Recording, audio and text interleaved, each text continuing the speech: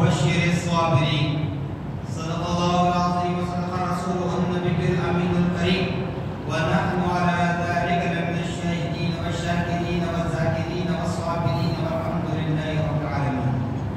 قال الله تبارك وتعالى في شأن حبيبه المصطفى ورسوله المجتبى صلى الله تعالى عليه وسلم: إن الله وملائكته يصلون على النبي يا أيها الذين آمنوا صلوا عليه وسلموا تسليما.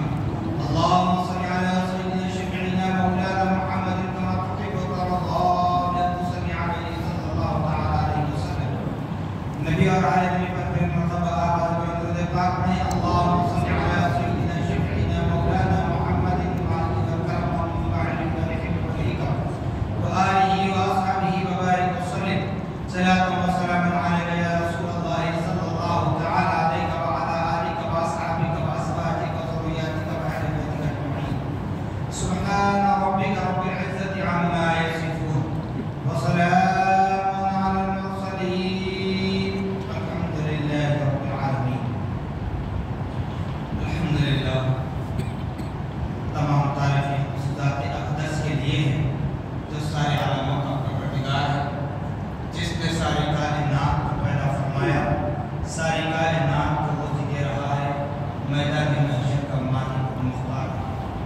یقیناً اس خدا کے رب ذوالجلال کا بڑا ہی شکر احسان عظیم ہے کہ اللہ سبحانہ و تعالیٰ نے ہمارا اپنی تمام پیدا کردہ مخلوقات میں انسان بنا کر پیدا فرمایا، اشرف المخلوقات کے درجے سے فراغ فرمایا.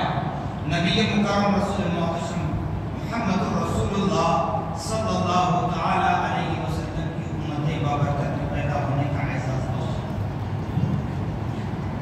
سامعین محترم، جیسا کہ قرآن مقدس کی جس آیت مبارکہ کو تلاوت کیا گیا: وَلَنَبْلُوَنَّكُمْ بِشَيْءٍ مِّنَ الْخَوْفِ وَالْجُوعِ وَنَقْصٍ مِّنَ الْأَمْوَالِ وَالْأَنفُسِ وَالثَّمَرَاتِ وَبَشِّرِ الصَّابِرِينَ. اللہ رب العالمین اپنے مومن بندوں سے مخاطب ہو کر ارشاد فرما رہا ہے کہ لوگوں، تمہیں جو پیدا کیا گیا ہے کہ تاکہ تمہیں آزمایا جائے. وَلَنَبْلُوَنَّكُمْ، تم کو آزمائش کے لیے ہی پیدا کیا ہے. کیسے آزمایا جائے گا؟ تو قرآن بتا رہا ہے: وَلَنَبْلُوَنَّكُمْ بِشَيْءٍ، ان چیزوں کے ذریعے جس چیز سے تم محبت کیا کرتے ہو، اور اس دنیا میں رہ کر جس سے ڈرنا ہے اس کا ڈر اپنے دل سے نکالتے ہو اور دنیا کے خوف کو اپنے دل میں بٹھائے رکھتے ہو. من الخوف، خوف کے ذریعے، والجوع، بھوک اور پیاس کے ذریعے، ونقص من الاموال، اور تمہارے اموال کے نقصان کے ذریعے. اللہ پاک تمہیں دین کے علاوہ دنیا کی جو دولت عطا فرماتا ہے، دین کی دولت عطا فرماتا ہے، لیکن ہم دین کی دولت کو اتنا جمع نہیں کرتے جتنا دنیا کی دولت کو جمع کرتے ہیں. دنیا کی دولت کو جمع کرتے ہیں، دنیا کی عزت حاصل کرنا چاہتے ہیں، دنیا کی شہرت حاصل کرنا چاہتے ہیں، زندہ بھی ہیں تو دنیا میں عزت چاہتے ہیں، مر بھی جائیں تو چاہتے ہیں کہ ہمارے مرنے کے بعد ہماری عمارتوں کو دیکھ کر لوگ یاد کریں، ہماری چھوڑی ہوئی جائیداد کو دیکھ کر خاندان والے یاد کریں، ہماری چھوڑی ہوئی بلڈنگ کو دیکھ کر ہماری اولاد یاد کریں. یہ ہماری فکر ہوتی ہے. لیکن اللہ پاک فرما رہا ہے: نقص من الاموال، یہ لوگوں خبردار، دنیا میں تمہیں صرف اس لیے نہیں بھیجا گیا کہ تم دنیا کی عزت حاصل کرو، دنیا کی شہرت حاصل کرو، دنیا کا دھن دولت، دنیا کی زیور جمع کرو، دنیا کی عزت کو پاؤ. صرف اس لیے نہیں پیدا کیا گیا، بلکہ آخرت کا خوف بھی پیدا کرو، آخرت کے لیے بھی کچھ تیار کر لو.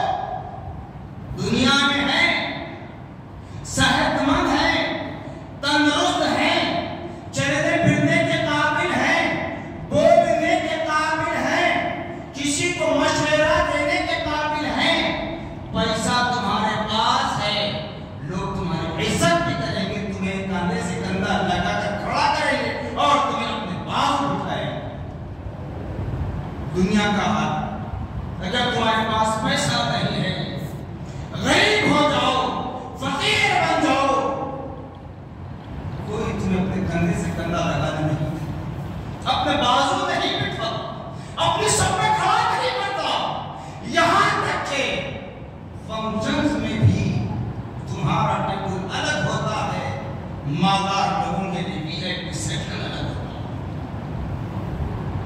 جس دنیا کے لیے تم جیتے ہو، جس دنیا کے حوث میں تم زندہ رہتے ہو، جس فنا ہونے والے مال و دولت کو تم جمع کرتے ہو، تمہارا دولت کب تک کام ہے؟ اس وقت تک جب تک تم صحت مند ہیں، تندرست ہیں، بستر مرگ پر آ جاؤ، پیسہ ہم نے کمایا، کیا کمائے گا؟ جب موت کا وقت آ جائے، منٹ سیکنڈ کو بڑے سے بڑے سرجن کو بلا کر علاج کیا جائے، موت کا فرشتہ آنے کا وقت آ جائے، موت کا لکھا ہوا وقت، تعین کیا ہوا وقت آ جائے، کوئی ڈاکٹر، کوئی سرجن نہیں بچا سکتا سوائے خدا کے۔ اس کے لیے تمہیں قرآن کہتا ہے آزمایا جائے، مال کے ذریعے، اولاد کے ذریعے، ماں باپ کے ذریعے، بھائی بہنوں کے ذریعے، جی فرینڈ سرکل، خاندان، قبیلے کے لوگ اپنی جگہ ہیں، گھر کی بات کر رہا ہوں، آزمائش ہو رہی ہے، والانفس، تمہاری جان کے ذریعے، تمہاری نسلوں کے ذریعے، زندگی ہم نسل داخل ہے کہ گزارتے ہیں، جبکہ شریعتیں کہہ رہی ہے اے مرد مجاہد، اے بندہ مومن، مرد مجاہد بن جا، بکمال بن جا، اس کمال کو پہنچ جا کہ خدا تجھ سے راضی ہو جائے، اب خدا اس طرح راضی ہو جائے کہ خدا خود بندے سے پوچھے کہ بتا بندے تیری رضا کیا ہے، اس کمال کو پہنچے۔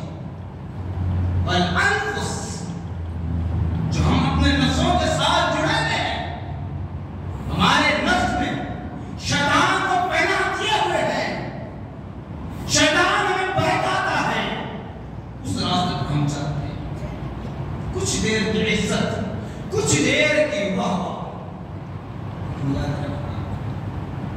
یاد رکھیں ان چیزوں سے باز آ جاؤ گے اور تنگ دستی کا دامن شکار ہو جاؤ، مجبور ہو جاؤ، دنیا کی دولت تمہارے پاس کم ہو جائے، تو اس وقت صبر کا دامن اپنے ہاتھ سے نہ چھوڑو، کیونکہ اللہ پاک یہ سب آزما کر یہی دیکھنا چاہتا ہے کہ میرا کون سا بندہ ہے جو صبر کرنے والا ہے، کون سا بندہ ہے میرا شکر کرنے والا ہے، کون سا بندہ ہے اتنی تکالیف آنے کے باوجود بھی میری حمد و ثنا بیان کرتا ہے۔ قرآن میں جگہ بھی فرمایا ہے ما اصابکم من مصیبت الا باذن اللہ، دنیا بھر کی مصیبتیں آئیں گی مومنوں پر،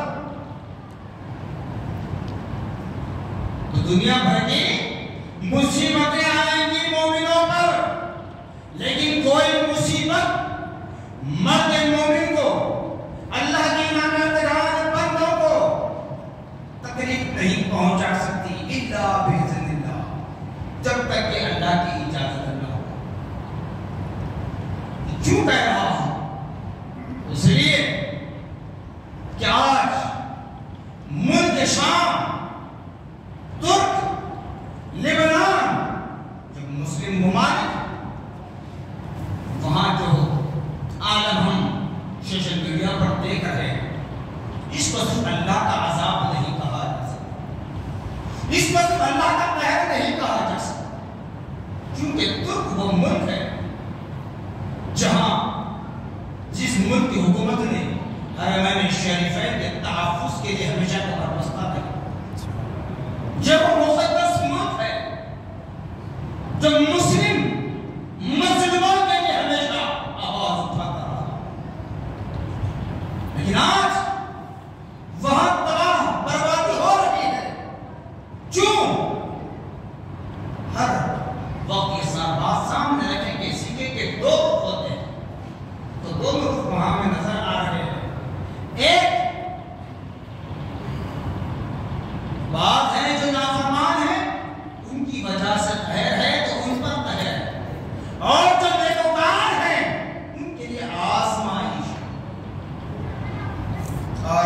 سے گناہگاروں کے لیے عبرت کا موقع ہے۔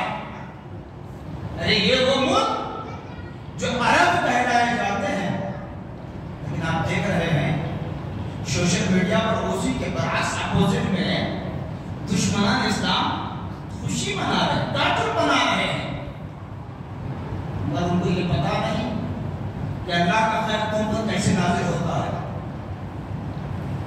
یہ دشمنان اسلام آئے دن تکالیف میں مبتلا ہو رہے ہیں، لیکن اس کو منظر عام پر نہیں لایا جاتا۔ کیوں؟ ان کے پاس عزت ہے، پیسہ ہے، سب کو خرید کر پردہ ڈال دیتے ہیں، چھپا دیتے ہیں۔ یاد رکھ لیں، مومن کبھی دنیا کی عزت کے لیے اپنے آپ کا سودا نہیں کرتا۔ وہ کون کرتے ہیں نہیں معلوم، جس کا ایمان کمزور ہوتا چلا جاتا ہے، جس کے دلوں سے ایمان نکل جاتا ہے، وہ اپنے ایمان کا سودا کرتے ہوں گے۔ لیکن جو حقیقی مومن ہے، جو لا الہ الا اللہ محمد رسول اللہ کی حقانیت کو جانتا ہے، کبھی وہ اپنے ایمان کا سودا نہیں کرتا، گناہ کرتا ہے، گناہگار ہوتا ہے، لیکن ایمان کا سودا نہیں کرتا۔ لیکن اے ایمان والو، عبرت کا موقع ہے، ہمیں سدھرنا چاہیے، سنورنا چاہیے، اپنے اعمال کو نیکیوں میں تبدیل کرنے کی کوشش۔ جب اللہ پاک ایسے عظیم ملکوں کو آزمائش کے ذریعے ہو یا قہر کے ذریعے ہو تباہ و تاراج کر سکتا ہے، تو پھر ہم کہاں ہیں جس کے چنگل میں پھنسے ہوئے ہیں دنیا کے اعتبار سے؟ تو پھر ہمارے اعمال اگر بد ہو، اگر ہم پر یہ قہر نازل ہو جائے تو بتاؤ کیا کر پائیں گے؟ اسی لیے قرآن کہہ رہا ہے لوگوں، اللہ رب العالمین سے تمہیں پیدا کیا ہے آزمانے کے لیے، نہ اولاد پر اترانا ہے، نہ اپنی خوبصورتی پر اترانا ہے، نہ اپنے جسم پر پہلوان ہونے پر اترانا ہے، نہ دھن دولت پر اترانا ہے، نہ ہنر و تعلیم پر اترانا ہے، بلکہ ہمیشہ شریعت محمد یہ کہہ رہی ہے عجز و انکساری کے ساتھ اللہ کے سامنے عاجز ہو کر رب کو منانے کی کوشش کریں۔ بات بتاؤ، اس لیے کہ نادان کہتے ہیں نا، وسیلہ کیوں لیتے ہیں؟ کہیں ایسا نہ ہو جائے کہ وہ بات کہہ کر تمہیں بہکایا جائے، تمہارے ذہنوں کو پلٹایا جائے۔ ہمارے پیارے آقا صلی اللہ علیہ وسلم نے دعا فرمائی تھی، اللہم بارک لنا فی یمننا و شامنا، مولا ملک یمن اور ملک شام میں برکتیں عطا فرما۔ میرے نبی کی دعا رد نہیں ہوئی، یقیناً میرے نبی کی دعا اللہ کی بارگاہ میں قبول ہوئی، اللہ پاک نے عطا کیا، برکتیں عطا کی، لیکن ساتھ ساتھ وہ بات یاد رکھ لیں، میرے پیارے آقا صلی اللہ علیہ وسلم نے کیا فرمایا تھا؟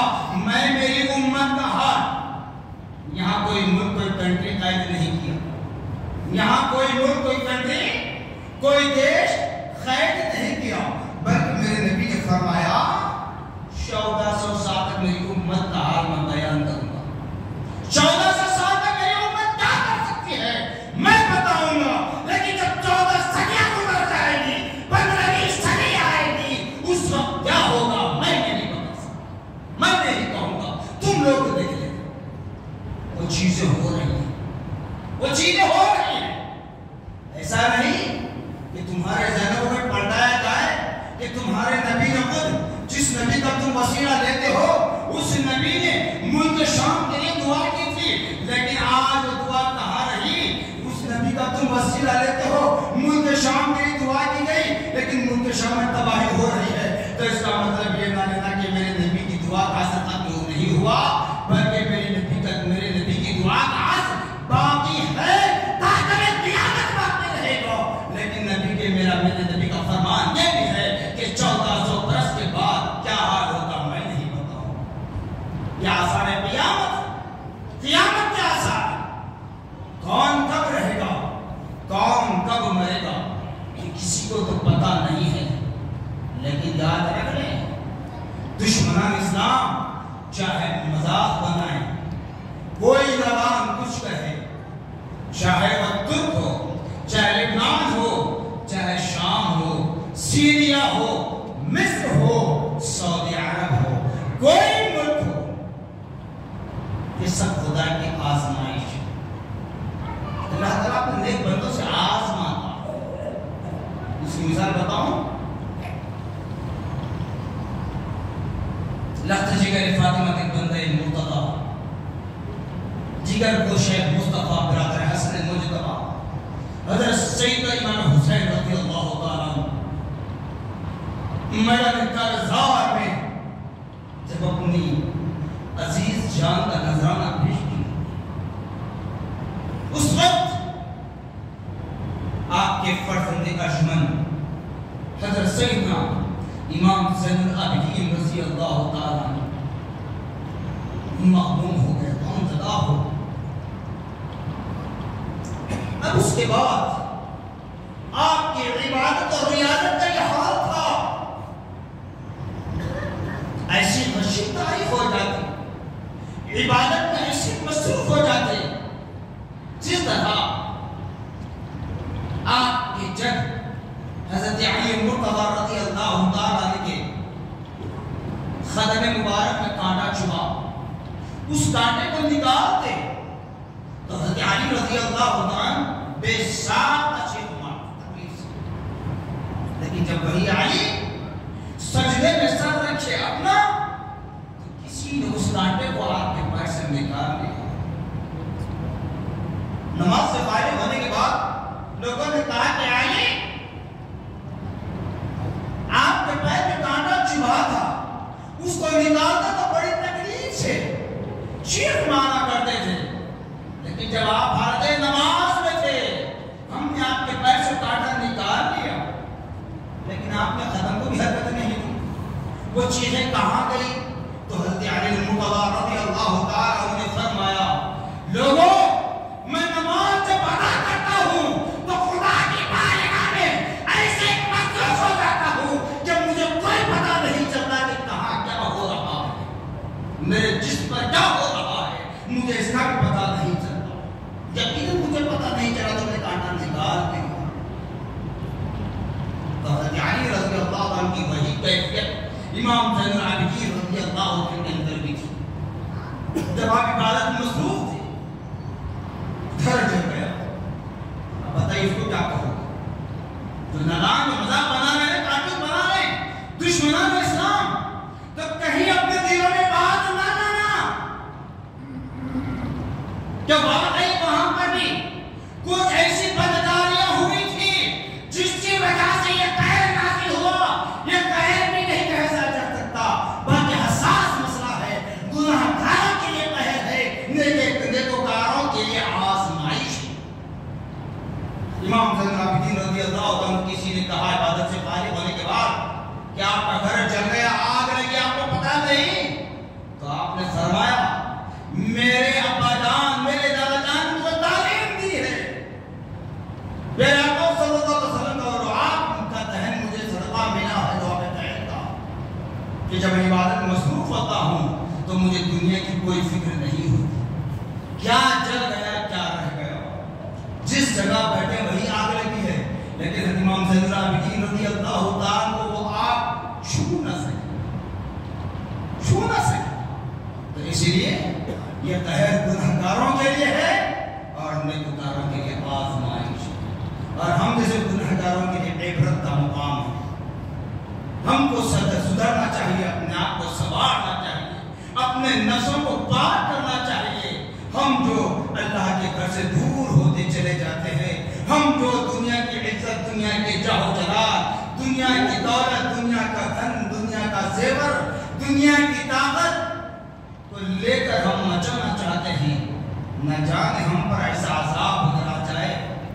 ہمارے درمیان جو نیکوکار بندے ہیں ان کے ساتھ اگر ایسی آزمائش ہو جائے تو خدا اپنے رب کو راضی کرنے کی کوشش کرے، اپنے رب کو راضی کرنے کی کوشش کرے۔ اور جہاں جہاں مسلمان بستے ہیں، چاہے وہ مسلم کنٹری ہو یا جمہوری ملک ہو، ان تمام مسلمانوں کی ہمت افزائی کے لیے دعا کریں رب کی بارگاہ میں، ان تمام مظلوموں کی نصرت کے لیے رب کی بارگاہ میں دعا کریں، اور بالخصوص ہمارے وطن عزیز ملک ہندوستان کی حفاظت کے لیے دعا کریں۔ اور جہاں دنیا بھر میں کہیں پر قرآن کو جلانے کی بات کی جاتی ہے، قرآن کو پھاڑنے کی بات کی جاتی ہے، مساجد کو منہدم کیا جاتا ہے، بارگاہوں کو منہدم کیا جاتا ہے، آواز کو بند کرنے کی سازشیں رچائی جاتی ہیں، ان تمام ظالموں کو تباہ و تاراج ہونے کے لیے رب کی بارگاہ میں دعا کریں، اور مظلوموں کی حمایت کے لیے اللہ کے حضور دعا کریں۔ اے ایمان والو، الحمدللہ ثم الحمدللہ، اللہ کے فضل و کرم سے پیارے آقا صلی اللہ علیہ وسلم کے نالین کے تصدق میں ان بابرکت مہینوں میں ہم داخل ہو چکے ہیں۔ یہ رجب المرجب کا وہ متبرک مقدس مہینہ ہے، اس کے بعد شعبان المعظم کا مہینہ آتا ہے، اس کے بعد رمضان المبارک کا مہینہ آتا ہے۔ یہ وہ مقدس مہینے ہیں جہاں پر تم جو عبادت کرو گے انشاءاللہ العزیز مستعان و انشاءاللہ رسول ہماری نیتوں کے اعتبار سے وہ اعمال رب کی بارگاہ میں قبول کیے جاتے ہیں۔ اسی لیے ہمارے پیارے آقا صلی اللہ علیہ وسلم ارشاد فرماتے ہیں کہ لوگوں جب رجب کا چاند دیکھنا تو رب کے حضور میں ہمیشہ ہمیشہ یہ دعا کرتے رہنا، اللہم بارک لنا فی رجب و شعبان وبلغنا شہر رمضان، اللہم بارک لنا فی رجب و شعبان وبلغنا شہر رمضان، مولا ہمیں رجب اور شعبان میں برکت عطا فرما، رمضان تک ہمیں پہنچا۔ یہ مقدس مہینے ہمیں مل رہے ہیں، اللہ کے حضور میں تمام عالم اسلام کے لیے دعا کریں، مظلوموں کی حمایت کے لیے دعا کریں، ظالموں کی طاقتیں پست ہونے کے لیے دعا کریں۔ جتنے دشمنان اسلام، قرآن، مساجد، بارگاہیں، خانقاہیں، مدارس کو ڈھانے کی، ختم کرنے کی جو سازشیں رچا رہے ہیں، ان ظالموں کی زبانیں بند ہونے، ان کے دلوں پر تالا ڈالنے کے لیے اللہ پاک کے حضور دعا کرے۔ تالا ڈالنے سے مراد ان کے قلوب پر اللہ تعالیٰ پھیر دے، ایسے پھیر دے کہ ان کے دلوں سے اسلام کے متعلق نفرت نکل جائے۔ اس طرح کی دعا کریں، انشاءاللہ اللہ پاک ہماری دعاؤں کو سننے والا ہے، قبول کرنے والا ہے۔ جزاکم اللہ خیر الجزا، وآخر دعوانا الحمدللہ رب العالمین۔ سنت